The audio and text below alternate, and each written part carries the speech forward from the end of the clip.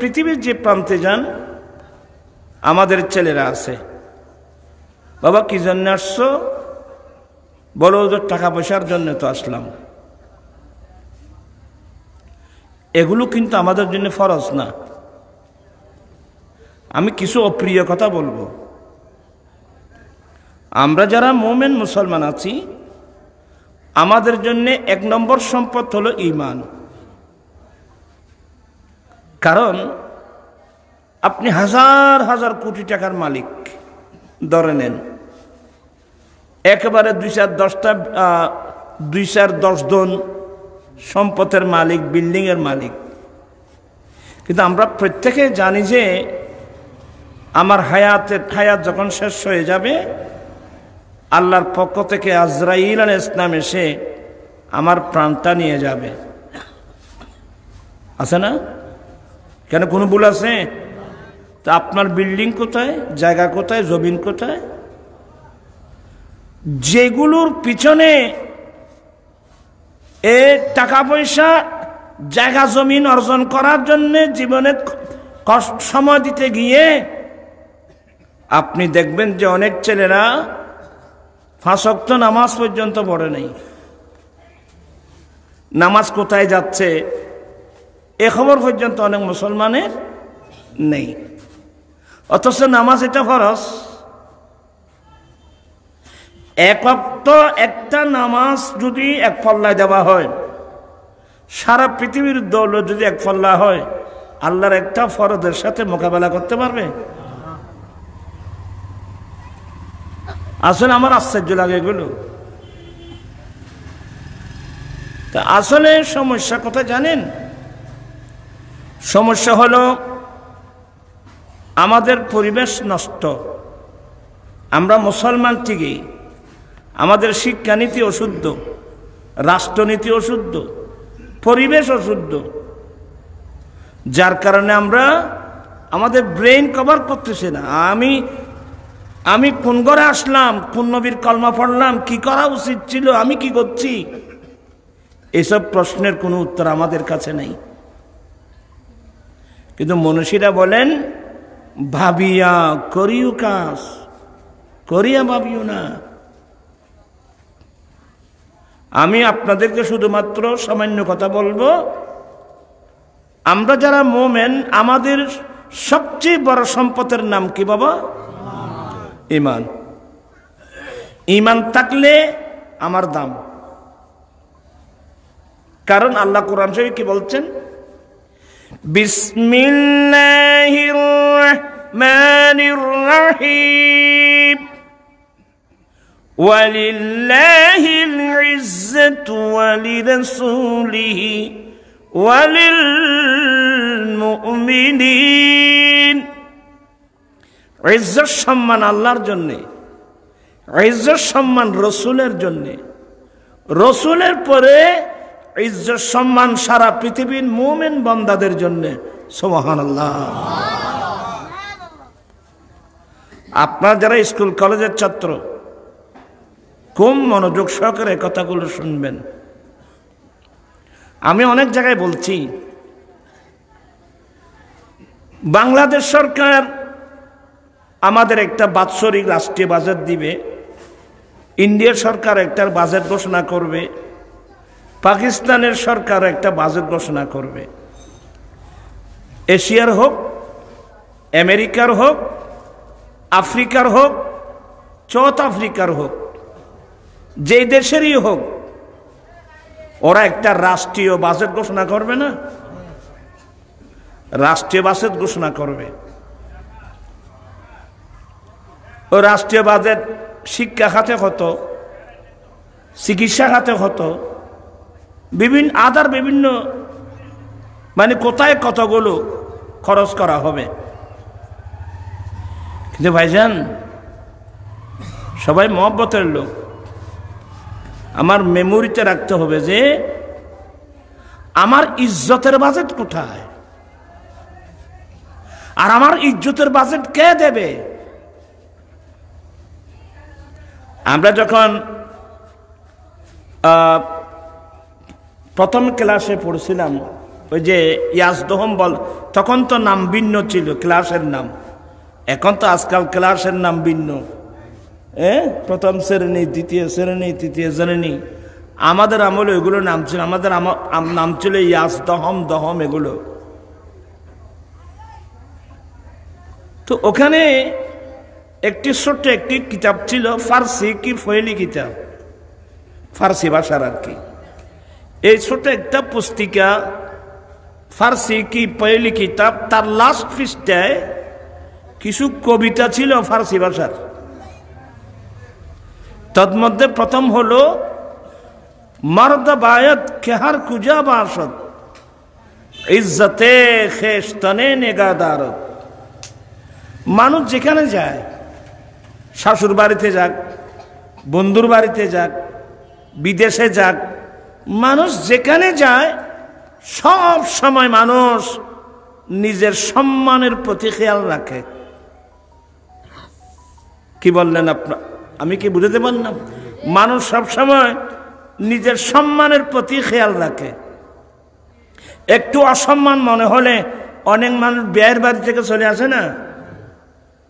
মানুষ সব সময় সম্মান মর্যাদার প্রতি মানুষ খেয়াল রাখে। এখন আমার প্রশ্ন হলো, সম্মানের বাজেট দাতাকে আপনি সম্মান পাইলেন কই?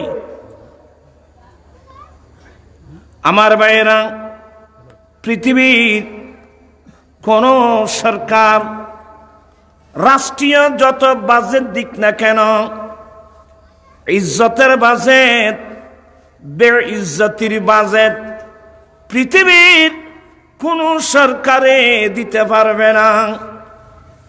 ইজ্জত এবং বেইজ্জতির বাজেট দেনেওয়ালা একমাত্র রব্বুল আলামিন। ওয়া তুইজ্জু মান তাশা ওয়া তুযিল্লু মান তাশা বিয়াদিকাল খায়র ইন্নাকা আলা কুল্লি শাইইন কাদির। ইজ্জত দেনেওয়ালাকে और एक बार जिन और मिक्के के इंगुज आए के होना सब नो आए याने और अधिक मास के क्या मिक्के होना ना माते होना आए क्या ना माते इम्बाद याए एमनो सुस्त मानुष खाना खस्ताइन नहीं मानो खाना खस्ताइन नहीं मानो इज्जतेर बाज़ित देने वाला के बेइज्जतेर बाज़ित देने वाला के प्राण पीसे बैरा ইজ্জতের বাজেট কোন সম্প্রদায়ের জন্য, বেইজ্জতির বাজেট কোন সম্প্রদায়ের জন্য, এগুলোকে আপনাকে মানে জানতে হবে। ওই যে আয়াত পড়লাম না, আল্লাহ বলেন ইজ্জত সম্মান আল্লাহর জন্য, ইজ্জত সম্মান রসুলের জন্য, রসুলের পরে ইজ্জত সম্মান মুমিন মুসলমানের জন্য।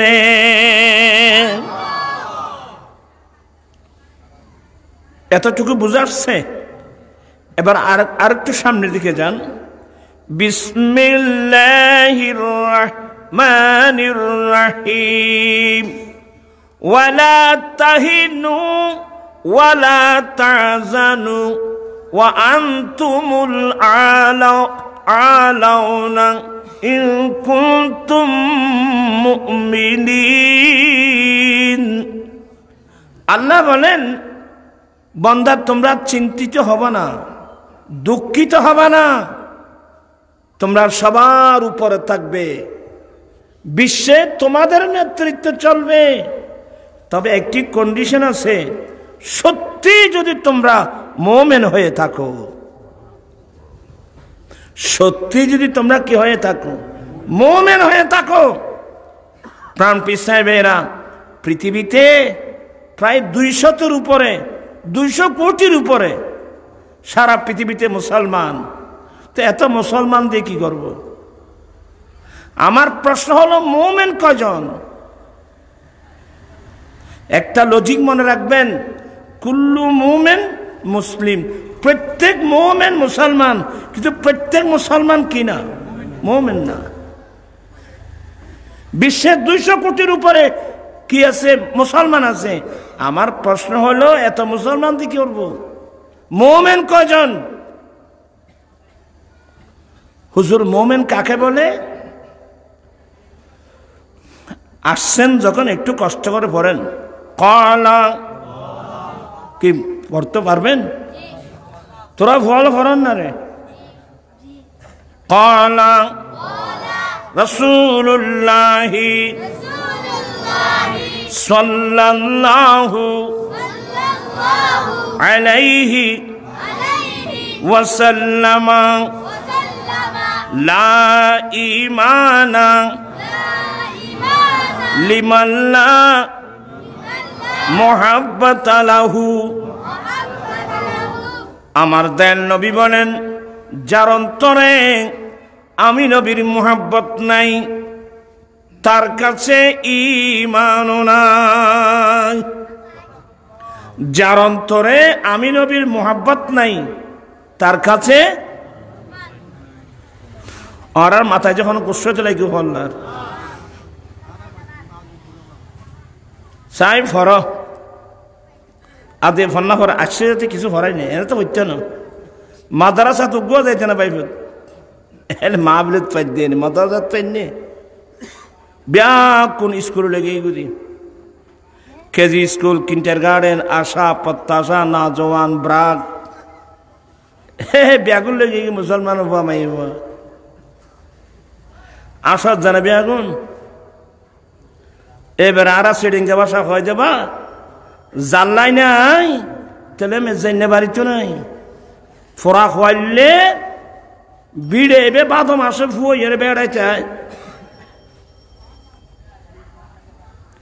আল্লাহর নবী বলেন, আনা মদিনাতুল ইলমে ওয়া আলিয়ুম বাবুহা। আমি নবী জ্ঞানের শহর, এই শহরের দরওয়াজা আলী। আনা দারুল হিকমতে ওয়া আলিয়ুম বাবুহা। আমি নবী বিজ্ঞানের ঘর, এই ঘরের দরওয়াজা আলী। আমার নবী বলেন, বুইস্তু মুআল্লিমা। আমি শিক্ষক হিসেবে প্রেরিত। ও আমার ভাইরা, যেই রাসূল সারা পৃথিবীর শিক্ষক, সেই নবীর উম্মত আমরা কোনোদিন অজ্ঞ থাকতে পারি না, ঠিক কিনা? নবীর শিক্ষাগুলো কই বলেন তো? দেখেন ইয়ান ইয়াদ ফজি না বুঝতো আনোয়ারাত ফজি ফটিয়া হাসানো আর ওচাই দিয়ে দি ফটিয়া ইয়া আনোয়ার লয় না ফটিয়া ইয়ে বর্ডারে রে হস্টন নাইবে বুড়ো মানুষ লো যোগ। আল্লাহুম্মা সাল্লি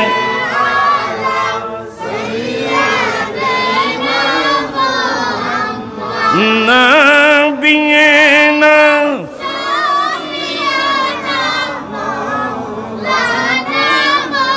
বাম জঙ্গলার বাক হরিণে চিনিল দয়াল নবীকে। হর মানব হয়ে চিনিলি নারে দুঃখ রইল মনেতে। আল্লাহুম্মা সাল্লি সাইয়্যিদিনা নাবিয়িনা শাফিয়িনা মাওলানা মুহাম্মদ। আমি আপনাদেরকে যেগুলো বোঝাতে চাচ্ছি, এদি ফটিয়ার সাবেক মেয়র মাস্টার শামসুল হক, নাম শুনছেন তো না? অনেকে পাগলা শামসু বলতো। আমাদের সাথে খুব ভালো সম্পর্ক ছিল। মাস্টার শামসুল হক মারা গিয়েছে। মারা যাওয়ার পরে ওনার ছেলে মেয়ে আছে না, ছেলে আছে না, ওনার ছেলে মাকে বলছে, মা আমার আব্বা তো মারা গেল, নমিনি আমাকে করে দে। তোমরা ছেলের এগুলো শোনো। আজকে আমাদের পরিবেশ এভাবে কেন হলো? মা নমিনি আমাকে করে দে, বলে তোমাকে কেন করবো, বরং আমাকে করতে হবে। একবার দুইবার তিনবার দু একদিন বলার পরে মা বলতেন না তোমাকে কেন করব, তোমার আব্বা মারা গেছে, রসুলের পাকের সুন্নাত মোতাবেক কোরআন শরীফ মোতাবেক ফরজ হবে, যে যা পাবে তা পাবে, বরং আমাকে দিতে হবে। এক পর্যায়ে এই মাথাল ছেলে কোমর থেকে পিস্তল বের করে মায়ের মাথায় গুলি করে মেরে ফেলছে। শুনছেন? শুনেন নাই? পত্রিকায় দেখেন নাই? এবার বলুন, ছেলে কিভাবে মায়ের মাথায় গুলি করতে পারে? ছেলে কিভাবে বাবার মাথায় গুলি করতে পারে? ছেলে কিভাবে মা বাবার গায়ে হাত উঠাতে পারে? দোষটা কিন্তু ছেলেদের না, দোষটা আমাদের। আমরা তো নবীর কথা মানি নেই। নবীর নির্দেশ মোতাবেক ছেলে মেয়েদেরকে যদি কোরআন সুন্নাহর শিক্ষা দিয়ে খাঁটি মুসলমান হিসেবে আমরা গঠন করতাম, এই ছেলে মা বাবার সাথে আর এ ধরনের বেয়াদবি করতে পারত? তা আমরা তো ওগুলো দিই নেই। আল্লাহর নবী বলেন, কুল্লু মাউলুদিন ইউলাদু আলাল ফিতরাতি ফাআবওয়াহু ইউহাবিদানিহি আও ইউনাসসিরানিহি আও ইউমাজ্জিসানি। উম্মত, প্রত্যেক মানুষ যারা পৃথিবীর বুকে জন্মগ্রহণ করবে, প্রত্যেক মানুষের জন্ম ইসলাম ধর্মের উপর হবে। তবে যে ছেলের মা বাবা ইহুদি, তার মা বাবা তার ছেলে মেয়েদেরকে ইহুদি ধর্মে শিক্ষা দিয়ে ইহুদি বানিয়ে নেন। যার মা বাবা নাসারা, তারা তার ছেলে মেয়েদেরকে নাসারা মানে খ্রিস্টান, নাসারা ধর্মের শিক্ষা দিয়ে নাসারা বানিয়ে নেন। যার মা বাবা অগ্নি পূজারী, তারা তার ছেলে মেয়েদেরকে অগ্নি পূজার শিক্ষা দিয়ে অগ্নি পূজারী বানিয়ে নেন। এখন আমার প্রশ্ন হলো, আমার জন্ম ইসলামের উপর, আমার বাবাও মুসলমান, আমার মাও মুসলমান, অতএব আমার মা বাবার ঈমানি নৈতিক দায়িত্ব ছিল আমরা ছেলে মেয়েদেরকে কোরআন সুন্নাহ শিক্ষা দিয়ে খাঁটি মুসলমান হিসেবে গঠন করা। আমি জানতে চাচ্ছি, আমরা কি এই দায়িত্বটা পালন করেছি? আমি কি ছেলে মেয়েদেরকে কোরআন সুন্নাহ শিক্ষা দিয়ে খাঁটি মুসলমান হিসেবে গঠন করার মন মানসিকতা আছে? তো এই ছেলেরা মা বাপ চিনবে কোত্থেকে? আল্লাহর নবী বলেন, হে আমার উম্মত, তোমরা ছেলেদের জান্নাত তোমাদের মা বাবার পায়ের নিচে, তোমাদের মা বাবার পায়ের নিচে ছেলেদের জান্নাত। মুসলিম শরীফের হাদিস। আমার নবী বলেন, যেই ছেলে দৈনিক একবার মা বাবার চেহারার দিকে মায়ার দৃষ্টি দিয়ে দেখবে, আমার আল্লাহ কবুলকৃত 1টি হজের সওয়াব দান করবেন। একজন সাহাবা প্রশ্ন কর, নবী গো, তো কেউ যদি ডেলি 100 বার দেখে? আমার নবী বলেন, আল্লাহু আকবার, আল্লাহ মহান, বিদায় যেই ছেলে দৈনিক 100 বার মা বাবার চেহারার দিকে মায়ার দৃষ্টি দিয়ে দেখবে, আহা ইনি আমার জন্মদাতা বাবা, ইনি আমার গর্ভধারিণী মা। এই কথা বলে যে ছেলে দৈনিক 100 বার মা বাবার চেহারার দিকে মায়ার দৃষ্টি দিয়ে দেখবে, আমার আল্লাহ কবুলকৃত 100 হজের সওয়াব দান করবেন। সুবহানাল্লাহ। তোরা ফলে কিরত দেরে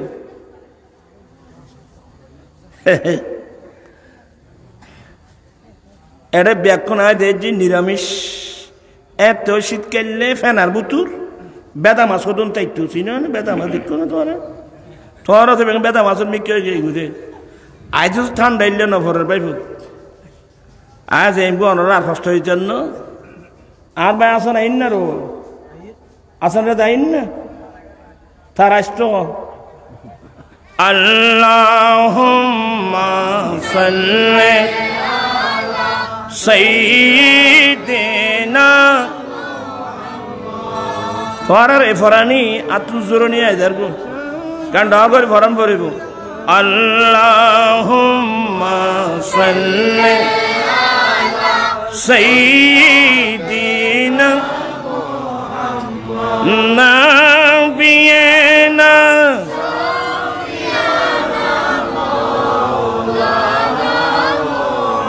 আল্লাহ তুমি দয়া করো নসিব করো মদিনা আল্লাহ তুমি দয়া করো নসিব করো हर नबी जी के नाम देखैया कब्र देशे नियो ना अल्लाहुम्मा सल्ली सय्यिदिना नबियिना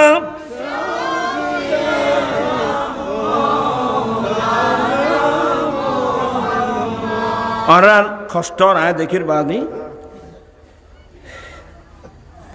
একজন সাহাবা নবীর কাছে প্রশ্ন করলেন হুজুর তো মা বাবা যদি আমাদের উপর জুলুম করে তোমরা ছেলেরা এগুলো ভালো করে শোনো হুজুর মা বাবা যদি আমাদের উপর জুলুম করে আমার নবী কি উত্তর দিয়েছেন জানেন ওয়াইন জুলিমতুম ওয়াইন জুলিমতুম ওয়াইন জুলিমতুম যদি বা তোমাদের উপর জুলুম করা হয় যদি বা তোমাদের উপর জুলুম করা হয় যদি বা তোমাদের উপর জুলুম করা হয় তারপরেও মা বাবাকে মানতে হবে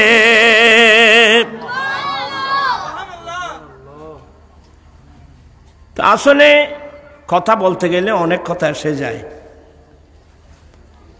এই যে ছেলেরা মা বাবা চিনে না আচ্ছা বলেন তো আপনি ব্যবসা করেন আপনি চাকরি করেন আপনি বিদেশ থাকেন আপনার অর্জিত সম্পদের প্রথম হকদার কে বলতে পারবেন মা বাবা বলেন না ফন্নাতি ন ফরত জানিবে করতেন বেবি ফনাইম ফরম ভরিব তো আমার ভাইয়েরা জামানার বড় বড় আল্লাহর বলি হয়েছে মা বাবার দোয়া কার দোয়া ফতোয়া স্বামীর মধ্যে একটা তালিকা আছে কার কার দোয়া আল্লাহর দরবারে কবুল নবীদের পরে দ্বিতীয় নম্বরের মধ্যে মা বাবার দোয়া আল্লাহর দরবারে কি কবুল দোয়া করুক বদদোয়া করুক সাথে সাথে কি কবুল অনেক জগৎ বাসা বাসা আল্লাহর ওলি হয়েছে মায়ের দোয়া আমার ভাইরা সুলতানুল আরফিন বায়েজিদ বুস্তামি জগৎ বাসা আল্লাহর ওলি হয়েছে সুলতানুল আরফিন হয়েছে মায়ের দোয়া ছেলে তোমরা এগুলো শোনো কার দোয়া মায়ের দোয়া তো দোয়াটা কি বুড়িমা সুলতান বায়েজিদ বুস্তামির নাম হলো তাইফুর কি নাম তাইফুর মায়ের বুড়িমা একজন বুড়িমা ছাড়ার কেউ নেই ঘুমিয়েছেন রাত যখন গভীর হলো বুড়িমার ছেলেকে বলছেন সাইফুর বা তাইফুর আমাকে একটু পানি খাবো বাবু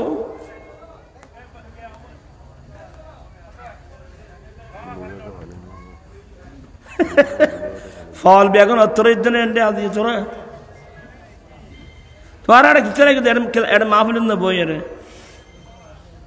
তোরা আর ঘরে আনিলি দি পাইফু আর আয়ের কমে যাচ্ছে মিকে মানুষ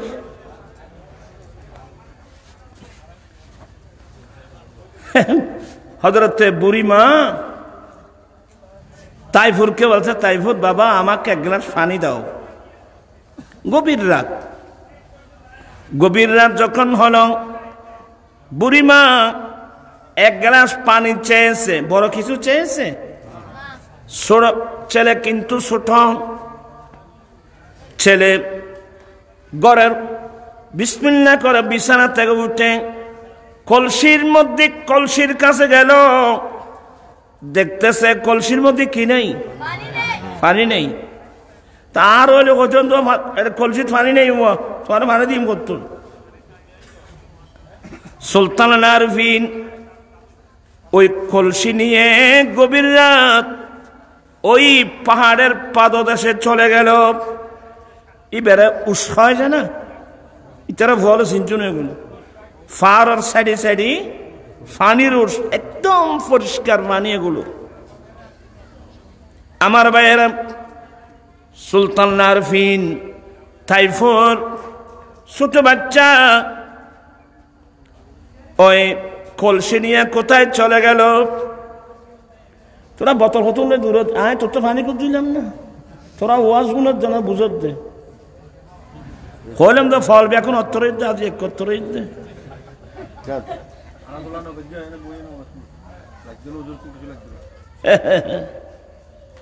ইতারা ওই উন্নীতে ফানি চাই বলে কই, ইতে মনে করি না ফানি চাই বলে, ফানিলে দূর দিকে এলে পানি এলে বোতল নদ্য, বোতলের পর গ্লাস দিবে, বোতলের তোর পানি না খাইও, গ্লাস করে পানি খাইবে। বলতে চাচ্ছিলাম, আচ্ছা তোমার রাখো রাখো, তোমারা যে যে দূর শূন্য হরি আদান ইকে আদান ইকে না বুঝু।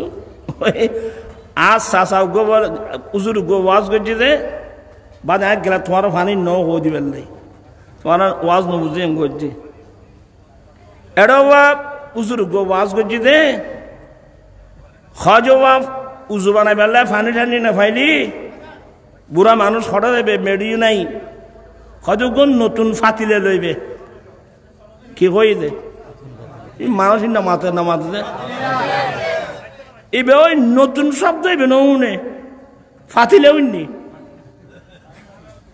কথা বুঝছো না? কাদের নতুন ফাতিলে মি দিয়ে আত্মারি কি করি ফেলাইবে? আর সাসাইবে ওয়াজ এ নুননি। আরেকদিন এলে সমস্যা ইয়ের সমস্যা হলে অসুবিধা কি হতে না, উজুর ওয়াজ কিছু উন্নীত এবার যায় ফাতিলে আনি, ফাতিলে কন্য ফাতিলে আনি আত্মারি বান্ধবীলে ডেকে নই, এখন তোমার ওয়াজ এলে গিয়ে ভাই আয় খড়াইলে আমি টান আমার ব্যাপার ওয়াজ একখানা আগে করে শূন্য তো ওয়াজ বুঝতে আসবে। আচ্ছা যাই হোক, সুলতান আরফিন ওই গভীর রাত, ছোট বাচ্চা গভীর রাত কলসি নিয়ে, কলসি ফুরাই এনে এক গ্লাস পানি নিয়ে মায়ের বিছানার পাশে যখন গেলেন, দেখতেছেন মায়ের ঘুম এসে গেছে। আমার মায়ের তো ঘুম এসে গেছে। তখন আর ওই লোক আমার ঘুম গিয়ে গুই আই ঘুম যাই গুই। সাইফুর পানির গ্লাস নিয়ে দাঁড়িয়ে আছে। আমার আম্মি যান তাহাজ্জুদের নামাজ পড়ার জন্য উঠবে।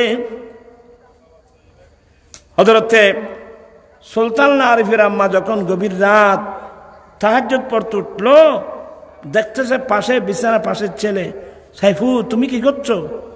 মা আপনি যে পানি চেয়েছিলেন, ঘরের কলসি তো পানি ছিল না, আমি কলসি নিয়ে পাহাড়ের এখানে গিয়েছিলাম, ওখান থেকে পানি আনতে আনতে এক গ্লাস পানি আপনার কাছে আসলে আপনার ঘুম এসে গেছে, এই জন্য পানি নিয়ে দাঁড়িয়ে আছি।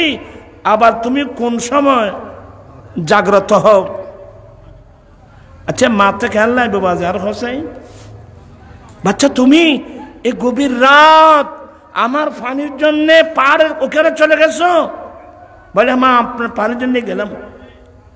সুলতান আরিফের মা সিজদায় পড়ে এমন দোয়া করলেন, শেষ পর্যন্ত একজন মায়ের দোয়ায় সুলতানুল আরফিন বায়জিদ বুস্তামি হয়ে গেছেন। কার দোয়া? মায়ের দোয়া। তোমরা ছেলেরা খুব, আমি ঠান্ডা মেজাজে কিছু কথা বলছি বর্তমান প্রেক্ষাপটে অবস্থার পরিপ্রেক্ষিতে। মা বাবার দোয়া। মূসা আলাইহিস সালাম তুর পাড়ে গিয়ে আল্লাহকে একদিন জিজ্ঞাসা করলেন, আল্লাহ আমি মূসার সঙ্গে জান্নাতে যাবে কে? আমার সঙ্গে জান্নাতে যাবে উনি কে? আমার আল্লাহ বলেন, মূসা তোমার সঙ্গে জান্নাতে যাবে একজন কসাই। কসাই ছিল না তোমার? ওই গরু গোস্ত বেচে দে। মূসা আলাইহিস সালাম আশ্চর্য হয়ে গেলেন, আমার সঙ্গে কসাই বেচতে যাবে? আল্লাহ আমি ওই কসাইকে দেখতে চাই, সে কি করে? আল্লাহ বলে দিলেন, মূসা অমুক বাজার লোকেশন বাতায় দিলেন, অমুক পাশে উনি মাংস বিক্রি করে। মূসা আলাইহিস সালাম সকালবেলা থেকে ওখানে অনেক দূরে বসে ওই কসাই কিভাবে মাংস বিক্রি করতেছে, কারণ অধিকাংশ কসাই হল গরু গোস্ত বেচতে হইল করতে রানি একসারা হতি না ব্যাকুন এলে এলে ডিস্ট্রিক্ট বড় তো কদন আছে কি এই তারা নামে গিয়ে দেরি ফাঁকা না অকল মাছ খায় বন্যায় এল দেখান পায়েসের বন্যায় তারা বন্যায় গিয়ে দেখি খাম বেগুনে একামতা দিদি আর আমার ভাইয়েরা বলতে চাচ্ছিলাম, মূসা আলাইহিস সালাম দেখতেছেন এ কসাই কিভাবে মাংস বিক্রি করে, দেখতেছেন মাপজুফের মধ্যে একটু যুগ দে, কম দেয় না। আর দেশত বহুত মানুষ হলে খেয়ে না কম দিয়ে, আচ্ছা কম দিয়ে রে খুঁটি হইতে মুগ্ধ মানুষ দিয়ে যায়, মাল কম দিয়ে তুমি পয়সা লই মুগ্ধ মানুষ দিয়ে যায়। আমার নবী বলেন, লাইসা মিন্না মান গাসসা, যেই ব্যক্তি দুকাবাজি করবে সে আমার উম্মত নয়, আমি তার নবী নই। আমার কলমা যারা পড়বে, আমার উম্মত যারা হবে, ওরা জীবনে কোনো ক্ষেত্রে মানুষকে দুঃখা দিতে পারবে না।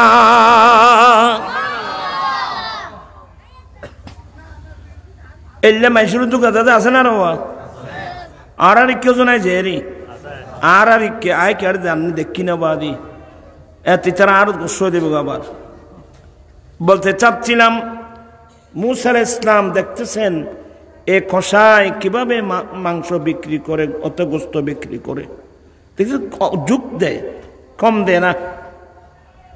মাংস গোস্তগুলো বিক্রি শেষ করে ওরা যখন বাড়িতে যাচ্ছে, মূসা আলাইহিস সালাম পিছনে পিছনে যাচ্ছে, এই বাড়িতে গিয়ে কি করে দেখব?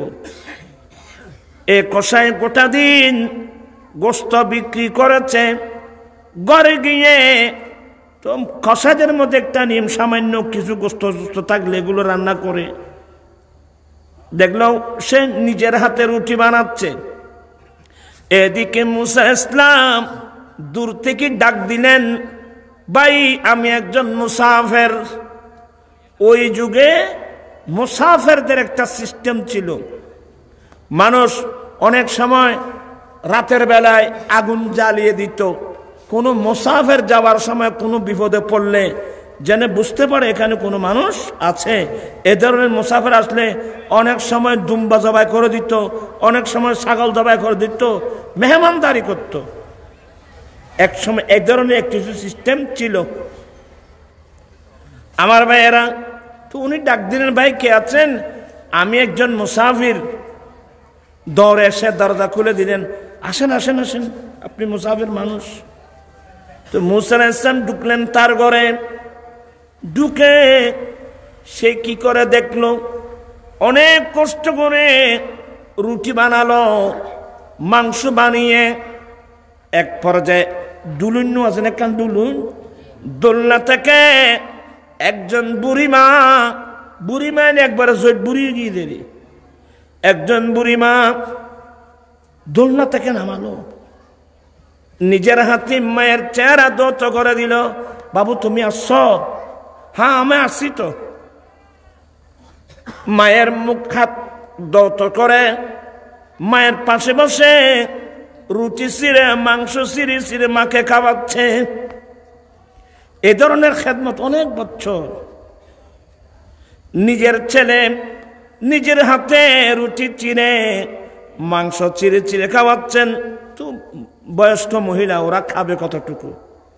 খাবার পর বস বাবু আলহামদুলিল্লাহ আমার আর শেষ, আমি আর খাবো না, বস আলহামদুলিল্লাহ।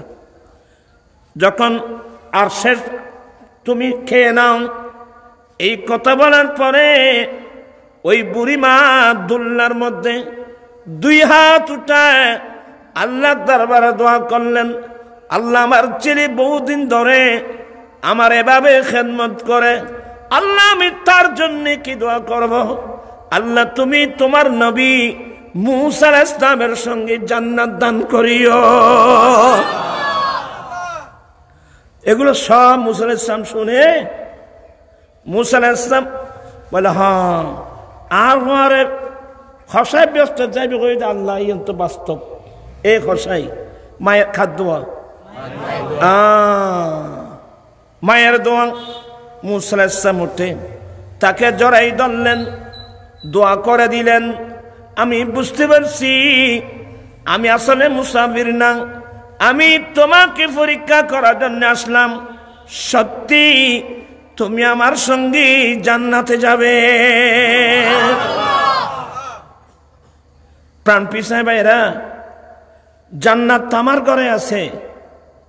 আমার নবী একদিন মসজিদে নবী শরীফের মিম্বরে তাকে কদম দিলেন, বলেন আমিন। দ্বিতীয় তাকে কদম দিলেন, আমার নবী বললেন আমিন। তৃতীয় তাকে কদম রাখলেন, আমার নবী বললেন আমিন।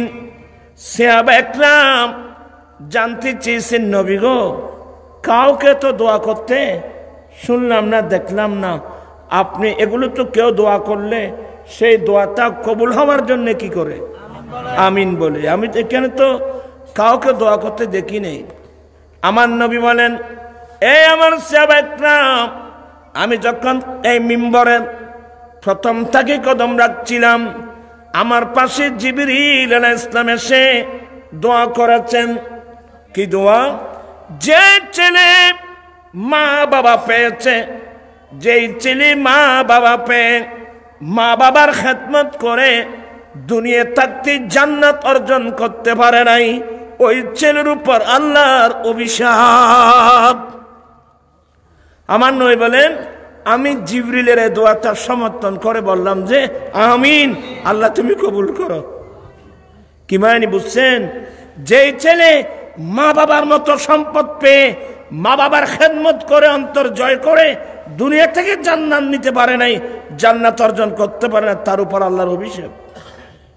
এরপরে আমি যখন দ্বিতীয় তাকে কদম রাখলাম, জিবরিল আরেকটা দোয়া করলেন, যেই ব্যক্তি রমজান শরীফের মতো মাস পেয়ে, রমজান শরীফের মতো মাস পেয়ে আল্লাহর কাছে কেঁদে কেঁদে ইবাদত রিয়াজত করে কমাচ্ছে, নিজের জীবনের গুনাহগুলো মাফ করাতে পারে নাই, তার উপর আল্লাহর অভিশাপ। আমি নবী সমর্থন করে বললাম আমিন। আপনারা তো রমজান আখেরি রমজান 10 দিন আইলি, মানুষের মসজিদ এতেকাব লইবেন নাইনি, আর বাপি দেখি বউরলে জোটা কিন্তু মার্কেট দূর যে ইয়েল কুরু দেখি বহুত আছো তো একা ধরো করো, তোমরা কষ্ট হয়ে যাবে। কথা বুঝছো না? রমজান কা মহিনা বড় বল, এগুলো আমার দয়াল নবীর রাসূল আমরা পেয়েছি।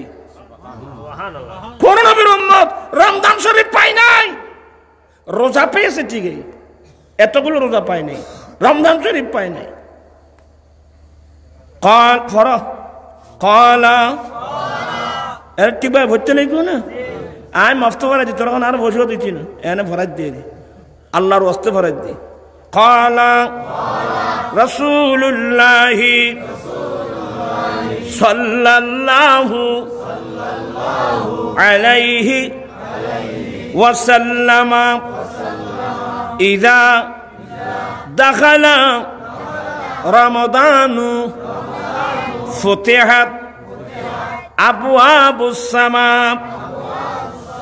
আচ্ছা ওরা কষ্ট বায়ানে পড়ে আল্লাহর নবী বলেন উম্মত মাহে রমজানের চাঁদ যখন উদয় হবে, রমজান মাস যখন তোমাদের কাছে প্রবেশ করবে, রমজান মাসের আগমনে রমজানের চাঁদ উদয় হওয়ার সাথে সাথে সাত আসমানের দরওয়াজাগুলো একসাথে খুলে দেওয়া হয়, জান্নাতের দরওয়াজাগুলো একসাথে খুলে দেওয়া হয়, রহমতের দরওয়াজাগুলো একসাথে খুলে দেওয়া হয়।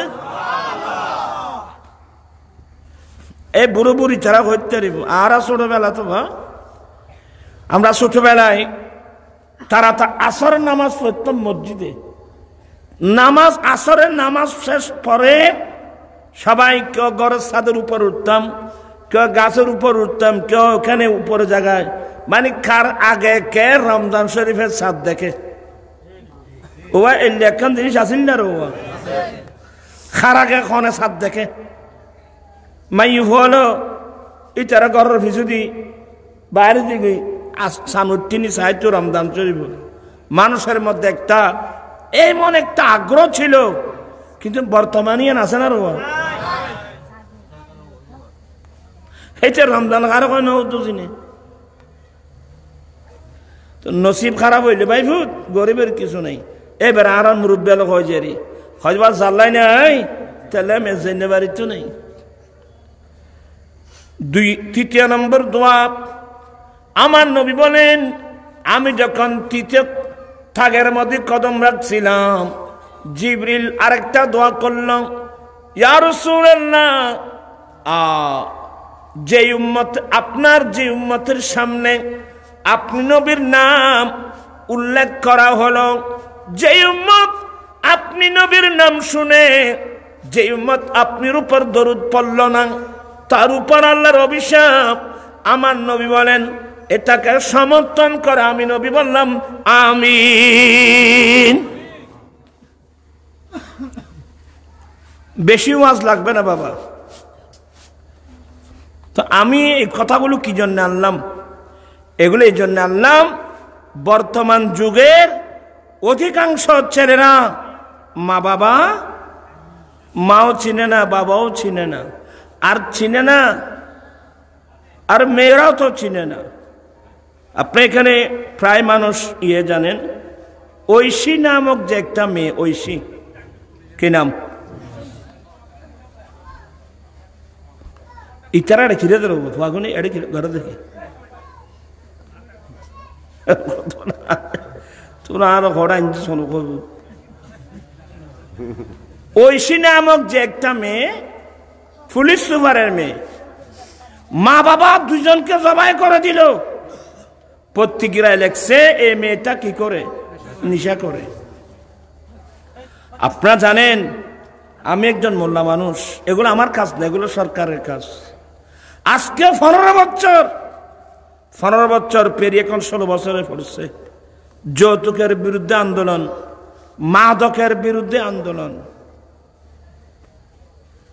কারণ ওয়া সাজা দান রই দেন দে আগাছা উঠতি, তা আগাছা ইনকি ফালি বেজে না আরি বেজে তোর আরে সেডিংকে বসানো কইলে বুঝছে না।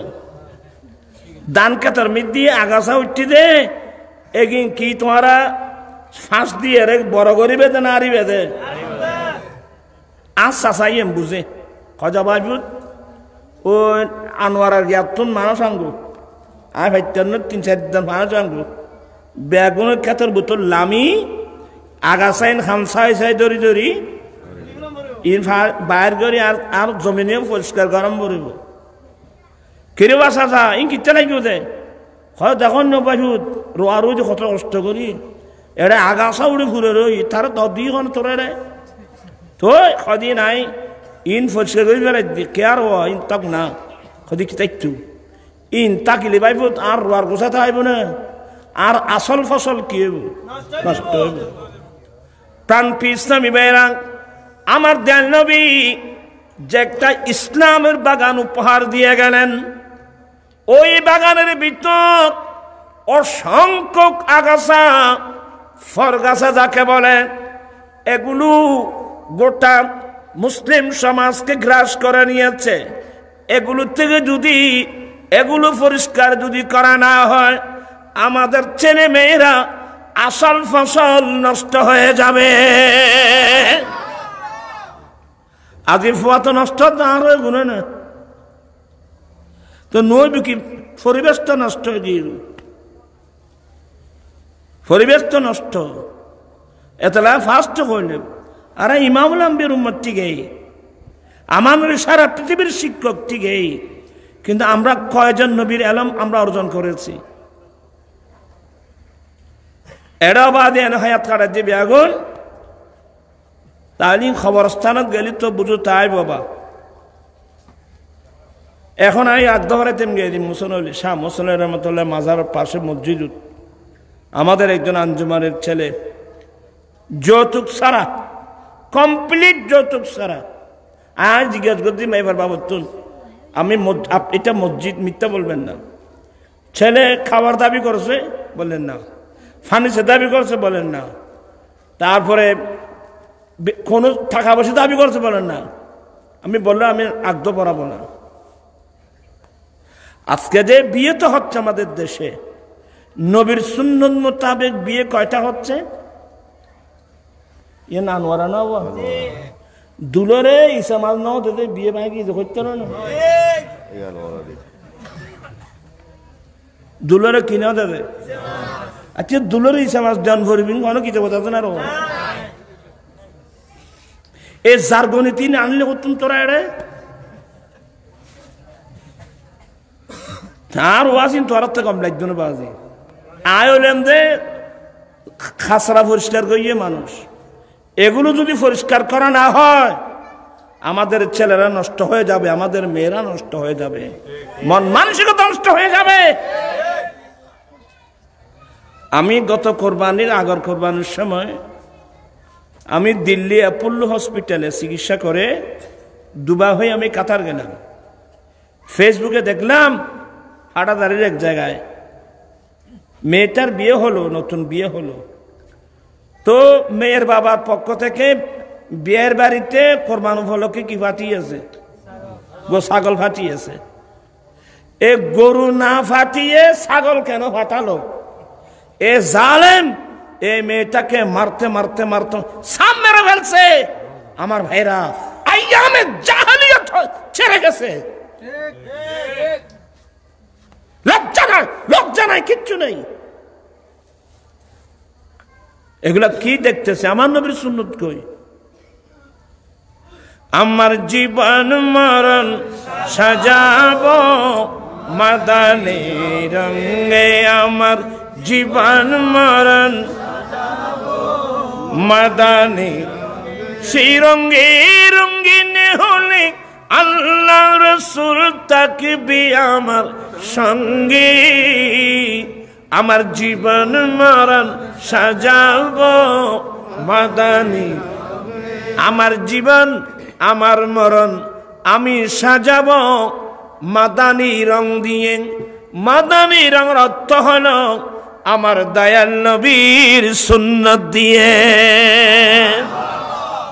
আমি এখানে বলছি এই যে তুমি দুনিয়ার মায়া ফেলে দুনিয়ার সিস্টেম বাদ দিয়ে বুক ভরা নবীর প্রেম নিয়ে যে যৌতুক ছাড়া বিয়ে করছো একটা সুন্নতের উপর আল্লাহ আপনাকে 100 শহীদের সওয়াব দান করবেন সুবহানাল্লাহ আল্লাহর নবী বলেন মান তামাসসাকা বিসুন্নতি ইনদা ফাসাদি উম্মতি ফালাহু আজরু 100 শহীদ উম্মত ফিতনা ফাসাদের যুগে যেই উম্মত আমি নবীর একটা সুন্নত মজবুত করে ধরবে আল্লাহ তাকে 100 শহীদের সওয়াব দান করবেন সুবহানাল্লাহ আলহামদুলিল্লাহ, খুশি হবেন।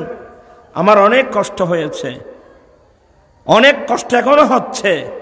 আমার লক্ষ লক্ষ টাকা ব্যয়, জাতিকে বুঝাতে গিয়ে অনেকে গালি শুনতে হলো আমার। আর বহুত জোরে হলো যৌতুক বিরোধী ওয়াজ ইন্দিয়ে পারে হয়তো নুরি সত্য না, এখনো ওয়াজ নাই। আগে আর গান আগে করি, তুই আর গান তুই করছো না, আর সাহায্য কথা আর গান তুই কর, এক গান করিস তো। আপনারা খুশি হবেন, এই 16 বছর পর্যন্ত গুনাহগারের আন্দোলন এখানে না, দুবাই, মাস্কাট, কাতার, সৌদিয়া, এখানে অনেক অনেক ছেলেরা হয়তো থাকতে পারে আমার মাহফিলে যারা ছিলে, ওই ছেলে ওইখানে আছে। তো গত রবিউল আউয়াল, আগের রবিউল আউয়াল তো গোটা মাসব্যাপী মস্করে মাহফিল করেছি, একেবারে স্টেডিয়ামের মাঠ, খোলা মাঠে। ওমানিরা পাগল, আমার জন্য অনেক পাগল ওমানিরা। ওমানিরা পর্যন্ত ওরা তো অনেক ভিডিও করে করে তথ্য পাঠাচ্ছিল কোথায় তাদের মেন ঘাঁটিতে। এরা তো ইয়ের বাইরে তো কথা বলতে পারবে না, তবে জেন মজবুত কয়েস মথবাব ইতারা আর বক্ত। ওখানে পর্যন্ত আমি হাত উঠাই উঠে ছেলেদের থেকে, তোমরা যাবে দেশে, বিয়ে করবা যৌতুক ছাড়া। আমার এখানে যারা মুরব্বী আছেন, আমি আপনাদের সহযোগিতা কামনা করছি, কারণ বিয়েটি এগুলো তো মুরব্বীরাই ঠিক করে। আপনারা যেখানে বসে এগুলো ঠিক করেন, মেয়ের বাবার কাছে ওয়া বইরে থদুন ইন হুজুন লইও মাইফার বাবর তুমি বাদ কিনলে খুঁজিলে আর কাছে এত তাড়াতাড়ি ভরে গিয়ে নওয়া চাষা এই মাইফা ফালিবার ডরে কত বাপে জিয়াতা জিয়াতা মাইফা মেডির তলে দফন করে দিয়ে জানো না। আমার নবী সেগুলো বন্ধ করছে। আপনি মেয়ের বাবার কাছে বাদ কেন চাচ্ছেন, বইরেতে কেন চাচ্ছেন? আপনি বলবেন যে বিআই সাহেব আমরা তো একমত হলাম, আপনি আত্মীয়তা করবেন, মেয়েটাকে আপনি আমার বাড়িতে পাঠাই দিবেন না আমাকে আনতে হবে? বলেন না কেন, আমার একটা সমাজ আছে, আপনার একটা সমাজ আছে, আপনি সমাজে নিয়ে আসেন, আমি সমাজে নিয়ে থাকবো। তো কয়জন?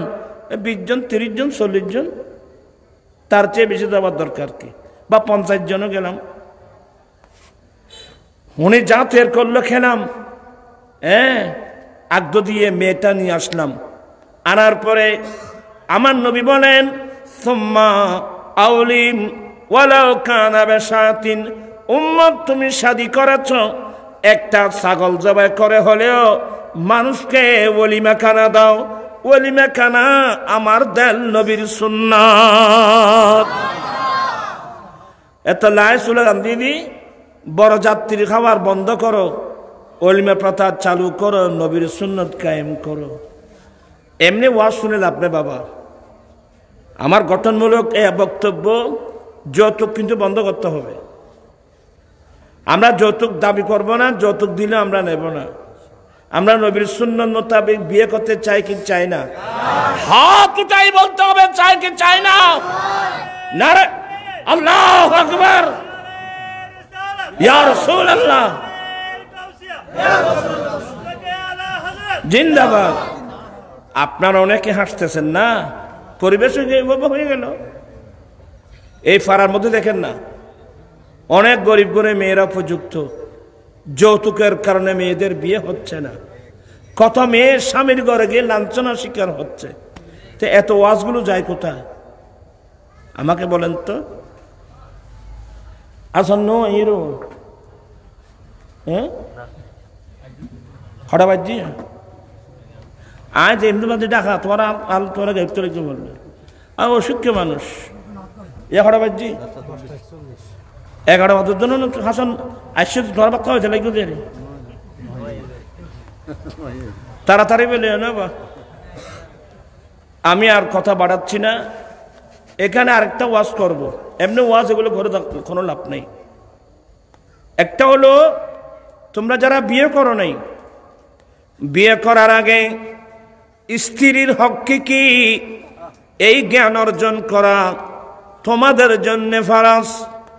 মেয়েদেরকে বলছি, স্বামীর ঘরে যাওয়ার আগে স্বামীর হক কি এই জ্ঞান অর্জন করা মহিলাদের জন্য ফরজ। সুবহানাল্লাহ। হে আমার পুরুষ উম্মত, তোমাদের উপর তোমাদের স্ত্রীর কতগুলো অধিকার আছে, হক আছে। 1 নম্বর হক, আখাফতুমুহুন্না বিআমানিল্লাহ, তোমাদের স্ত্রী এটা তোমাদের দাসী নয়, এটা তোমাদের বাঁধি নয়, এটা আল্লাহর দেওয়া একটা আমানত। সুবহানাল্লাহ, আল্লাহু আকবার। আমার ভাইয়েরা, আমাদের দেশের মহিলারা তো এগুলো বুঝবেও না, জানবেও না।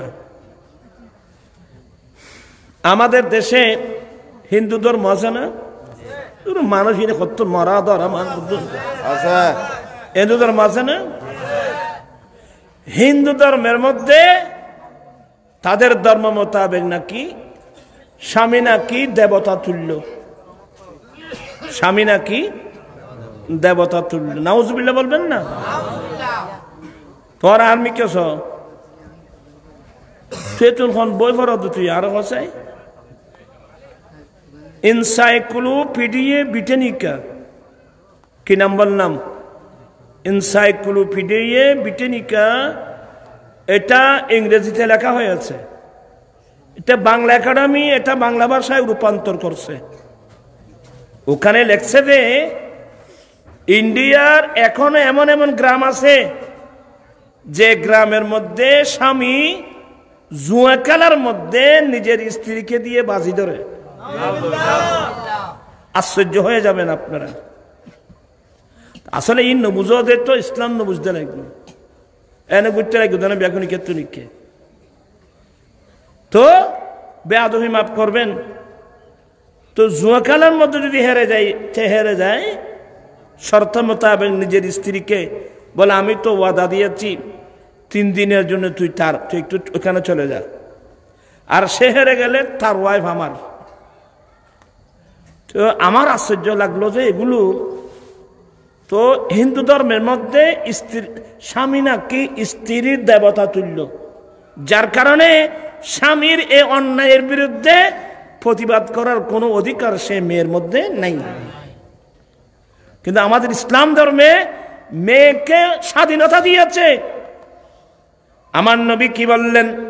আরফাতের মাঠে দাঁড়িয়ে বলছিলেন, এ আমার উম্মত, তোমাদের উপর তোমাদের স্ত্রীদের কতগুলো হক আছে। আখাজতুমুহুন্না বিআমানিল্লাহ, 1 নম্বর, তোমার স্ত্রী এটা তোমার দাসী নয়, তোমার স্ত্রীটা তোমার বাঁধি নয়, এটা আল্লাহর দেওয়া একটা আমানত। সুবহানাল্লাহ, এটা আল্লাহর দেওয়া একটা ফরের মাই ভাগরত ফাই তোমাতে জেল্লে মনে হইলে অসম্ভব, এটা আল্লাহর আমানত। সুবহানাল্লাহ। এই মাই ফলের দাম কদ্দুর কিন্তু আরো হইতে পারি। আমার নবী বলেন তোমার স্ত্রী এটা একটা আল্লাহর আমানত। কেউ বেয়াদবি করবেন না, নবীর হাদিস আমাকে বুঝাতে হবে। ওয়াস্তাহালালতুম ফুরুজাহুন্না বিকালিমাতিল্লাহ, তার লজ্জাস্থান ব্যবহার করা তোমার জন্য হালাল করা হয়েছে আকদের মাধ্যমে। স্ত্রীর মোহরানা দিতে হবে, স্ত্রীকে রাখার জন্য ঘর দিতে হবে, স্ত্রীর পোশাক দিতে হবে, স্ত্রীর খোরাকি দিতে হবে। কতটুকু? বিল মারুফ, একেবারে উন্নত মানের না, একেবারে নির্মমানের না, মধ্যম পন্থায়। সুবহানাল্লাহ। আমি বারবার এগুলো ওয়াজ করি যে বিয়ে করার আগে, যে তুমি যদি বিয়ে করো, বিয়ে করার আগে স্ত্রীর হক কি কি এগুলো এই জ্ঞান অর্জন করা তোমার জন্য ফরজ, আমার জন্য ফরজ। আর মেয়েদেরকে বলছি, মেয়েরা স্বামীর ঘরে যাওয়ার আগে স্বামীর হক কি কি এই জ্ঞান অর্জন করা ফরজ। বুখারী শরীফের রওয়ায়াত বললে দেরি হয়ে যাবে। একজন মদিনার আনসারী মেয়ে আমার নবীর কাছে আসলো। আমার নবীর কাছে এসে সালাম দিলেন, ইয়া রাসূলুল্লাহ, ইয়া হাবিবাল্লাহ, আমার এখনো বিবাহ শাদী হয় নাই। ওর মন খেয়াল দিয়ে আমি কি আছে না, এই মেয়েটা বললেন, ইয়া রাসূলুল্লাহ, আমার এখনো বিয়ে শাদী হয় নাই, বিবাহের প্রস্তাব আসছে, আমি হ্যাঁ না কিছু বলি নাই, কারণ ইয়া রাসূলুল্লাহ আমি স্বামীর হক সম্পর্কে কিছুই জানি না। এই জন্য আগে ভাগে আপনি নবীর কাছে আসলাম, আপনি একটু বর্ণনা করুন স্বামীর হক কি কি, আমি শুনব, শিখব, গবেষণা করে দেখব আমি আমার স্বামীর হকগুলো আদায় করতে পারবো কিনা। যদি আমি আমার স্বামীর হক আদায় করতে পারবো মনে হয়, তাহলে আমি স্বামী গ্রহণ করব, নতুবা আমি আল্লাহর প্রেমে জীবন কাটিয়ে দেব।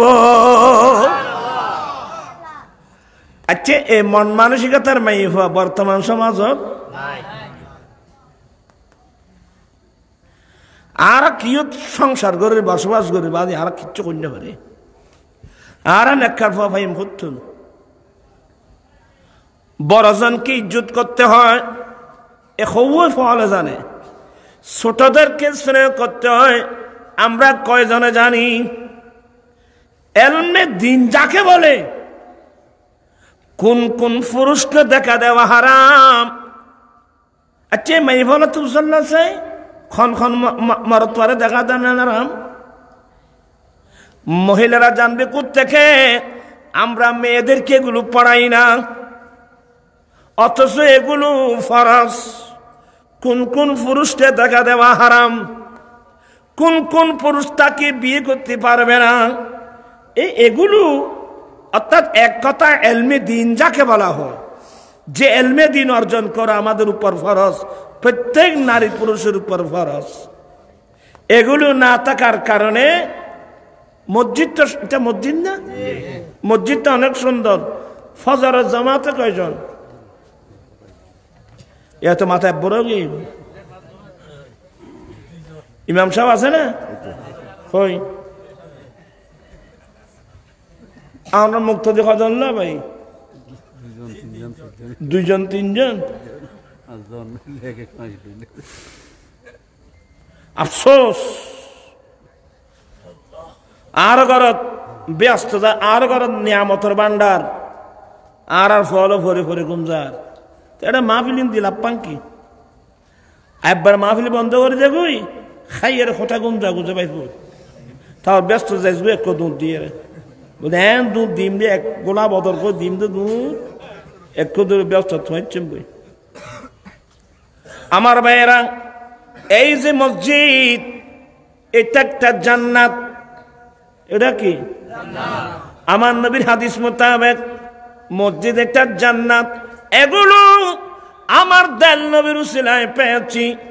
জয়লাত লিয়াল আরদু মসজিদাও ওয়া তাহুরা, আমি নবীর জন্য পৃথিবীর জমিনকে পবিত্র করে দেওয়া হয়েছে এবং মসজিদ বানিয়ে দেওয়া হয়েছে।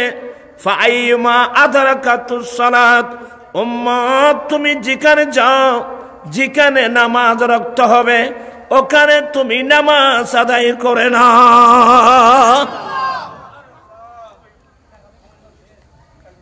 তোরা আজ গড় গড় গড় গড় কিলে গড় দাঁড় আছে।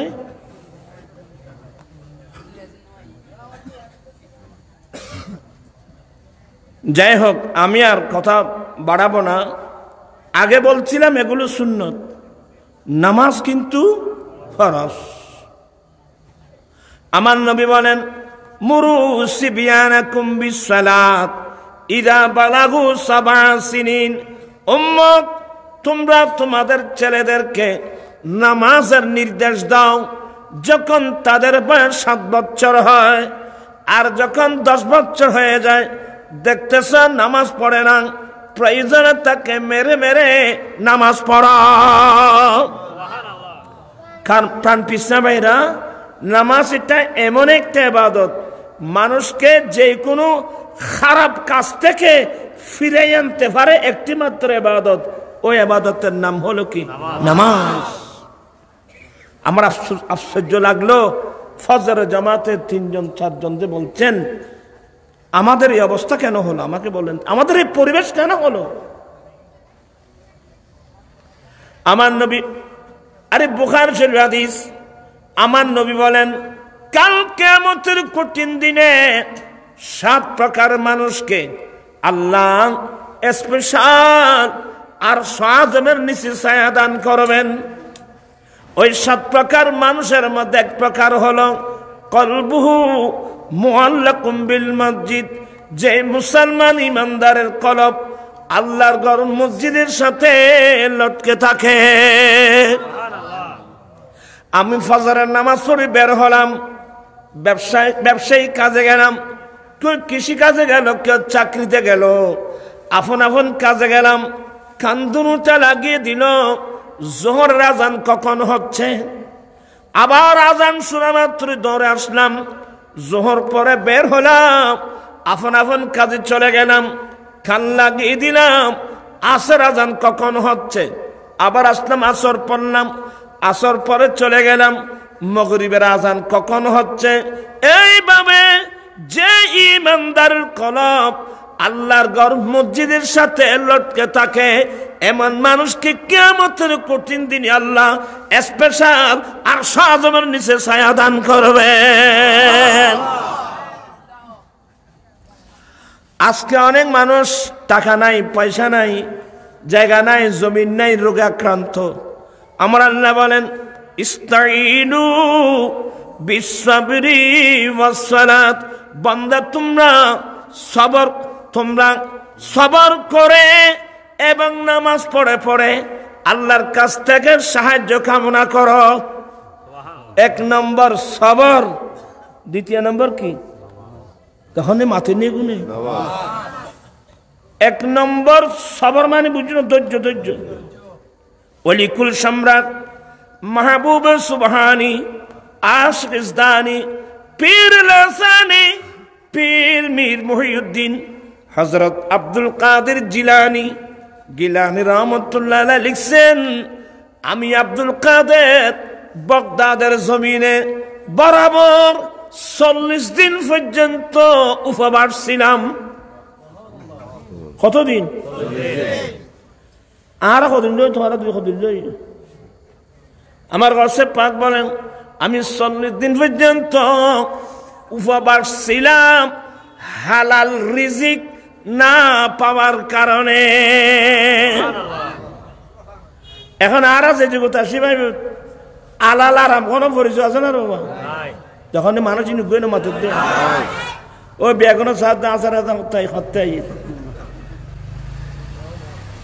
ওই বস আমি মনে করে দিন তো হইলে মনে নাও আয় যে এমনি বাজু ডাকা তোরা একখান বুঝে লইত না লড়ি দেখুন না ফিরে হলো তো না মেরে খাই ফেললে এ আয় কি হজম চাইলাম তো ভোর গিয়ে আমি আব্দুল কাদের 40 দিন পর্যন্ত উপবাস ছিলাম হালাল রিজিক না পাওয়ার কারণে। এই 40 দিন পর্যন্ত আমি গাছের পাতা এবং গোটা খেয়ে নিজের জীবন বাঁচিয়েছিলাম। কিন্তু আমরা যে যুগ আসলাম হালাল আরাম ঘন পার্থক্য আছে না আলাল আরাম কে আর নজে নিয়ে গি ইয়া শীতকালে ছিল না খার খেতের মূল খন নিবি খার খেতের বাইন খন আর সাবধান সতর্ক সবর কি বললাম বাবা বেশি ওয়াজ লাগতো না বাজে 3 ওয়াজ দিচ্ছ তুমি আমি আজ থেকে সবর করব। আমি উপবাস আমার দেশের মধ্যে দুর্ভিক্ষ চলতেছে আমি ইনু ব্যাখ্যা দিলে তোমার আশ্চর্য হইতে হবে।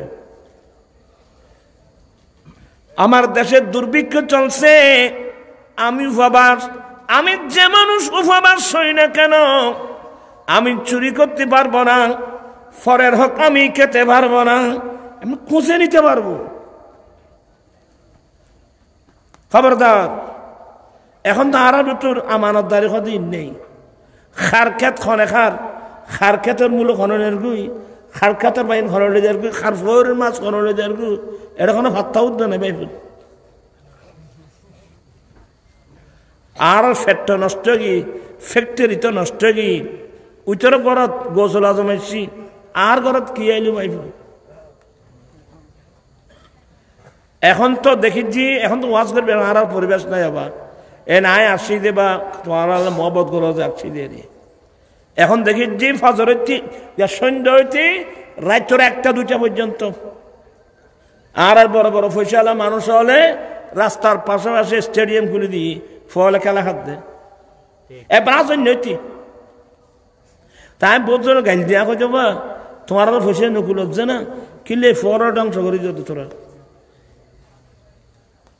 কোন ফল বলে 1,500 টাকা হল আর একবার নাকি ঘন্টা কত ওই তো ঘন্টা 1200 1,500 এনে এদিনই বাইরে দিয়া ইনা কেন আসেন এই বছর গানি করতে আয় পর্যন্ত গবেষণা করে দিলাম যে আর ফল এনে আসেন নৈতিক কি পর্যন্ত 2টা 2:30 পর্যন্ত এই ফলের ঘর করে বাড়ি করে লেখাপড়া করে এখন এই ফলের এই অবস্থা কেন আজ তো বুঝিন না পারলাম বাইবে থেকে আগামী তারা নেককার হওয়ার আশা করি থাকতেন না মহল্লার হাতন ডল্লার বাদে আয়ার কথা না বাড়ায় আপনারা সবাইকে বলছি নিজের ছেলেদেরকে দিনের তালিম দেন মাদ্রাসায় পাঠান আল্লাহর রহমতে আমাদের দেশে সুন্নি মাদ্রাসা আছে না মাদ্রাসা না থাকলে এক কথা ছিল ওই গৌসে পাক রাদিয়াল্লাহু তাআলা আনহু যার নামে এক গৌসে কমিটি গৌসে পাক রাদিয়াল্লাহু তাআলা আনহু দুনিয়াতে এসে ওলি হন নাই ওইন মায়ের গর্ভ থেকে আসতে আল্লাহর ওলি মায়ের গর্ভ থেকে আসতে কি এরপরেও গৌসে পাকের জন্মস্থান কোথায় গিলানে অর্থাৎ ইরানের একটা প্রদেশ কিন্তু বুড়ি মা 77 বছরের বুড়ি মা মার থেকে পারমিশন নিয়ে আমি যান আমাকে বিদায় দেন আমি বাগদাদ চলে যাব শরীয়তের ইলম তরিকতের ইলম হাকিকতের ইলম মারফতের ইলম অর্জন করা যা আমি বাগদাদ চলে যাব কারণ এটার একটা কারণ ছিল মানুষও গাল শোননি বুড়ো মানুষ আর দেশে আল নস হয় না ইয়া নস হয় ইয়া ট্র্যাক্টার হয় যায় ট্র্যাক্টার আছে খামাস খামই তোমার গরুর আলছো ইউ গরুর এত লোড দি মাজ্জু গম্বরি পুরো না খাবো এই গরুয়াল খাঁদি খাঁদি আল্লাহর কাছে ফরিয়াদ করছি আল্লাহ তো তার দোয়া কবুল করছি সবুর কর আর ট্র্যাক্টার বাইর করে দিন এ ট্র্যাক্টার আয় কি অটোমেটিক গরুর আল বন্ধ হয়ে গিয়ে তো ওই সময় গিলান শহরে গরু দিয়ে ইয়ে করতো শ্বাস ইয়ে করতো হাল চালাতো ওখানকার তো দানের না ওখান তো গমের শ্বাস তো আমার কাছে পাকের বয়স তখন 17 ওনার ইচ্ছা একটা শৌক আর কি আজকে দেখে আমি একটু হাল চালাবো আমার কাছে পাক মাত্র 17 বছরের বয়স নাঙ্গলের কুটি যখন ধরলেন মোল্লা আলী কারি লিখতেছেন শেখ মুহাক্কিক দেলভি লিখতেছেন গরু দুটা মুসর দিয়ে আমার গসে পাককে সামনে নিয়ে দাঁড়ালেন গরু দুনু মুসর মারি গসে পাকের সামনে থেকে আরবি ভাষায় কথা বলছেন মা লিহাদা খুলিকতা ওয়ালা বিহারদা উমিরতা ইয়া মুবারক হে বরকতময় ছেলে আপনাকে এই কাজের জন্য বানানো হয় নাই আপনাকে এই কাজের নির্দেশ দেওয়া হয় নাই